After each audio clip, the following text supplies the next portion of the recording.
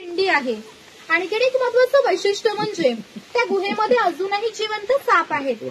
पूर्वी मार्लेश्वर देव हे एका गावामध्ये राहत होते. त्या गावातील लोक वाईट मार्गाने वागू लागले. त्यामुळे शंकराचे पावित्र्य हे कमी होऊ लागले. हे शंकराला मान्य होणे शक्य नव्हते. म्हणून त्याने गाव सोडून जाण्याचा निर्णय घेतला व मकर संक्रांतीच्या आदल्या रात्री शंकर गावाबाहेर पडला. गावाबाहेर एक चर्मकाराचे घर होते. चर्मकार गरीब नीतिवान श्रद्धाळू होता. शंकराने कोणत्याही जातीपातीचा विचार न करता चर्मकाराला मशाल दाखवण्याची विनंती केली व चर्मकाराने सुद्धा तिथे देवभव समजून मशाल दाखवण्यास सुरुवात केली.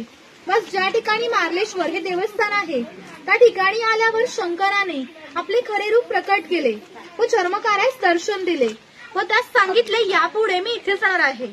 त्या गोष्टीला जवळजवळ 500 वर्ष होऊन गेली, परंतु आजही संक्रांतीला शंकराची मूळ गावातून पालखी निघते. तिला मशाल दाखवण्याचे काम चर्मकाराचाच वंशजच करतो.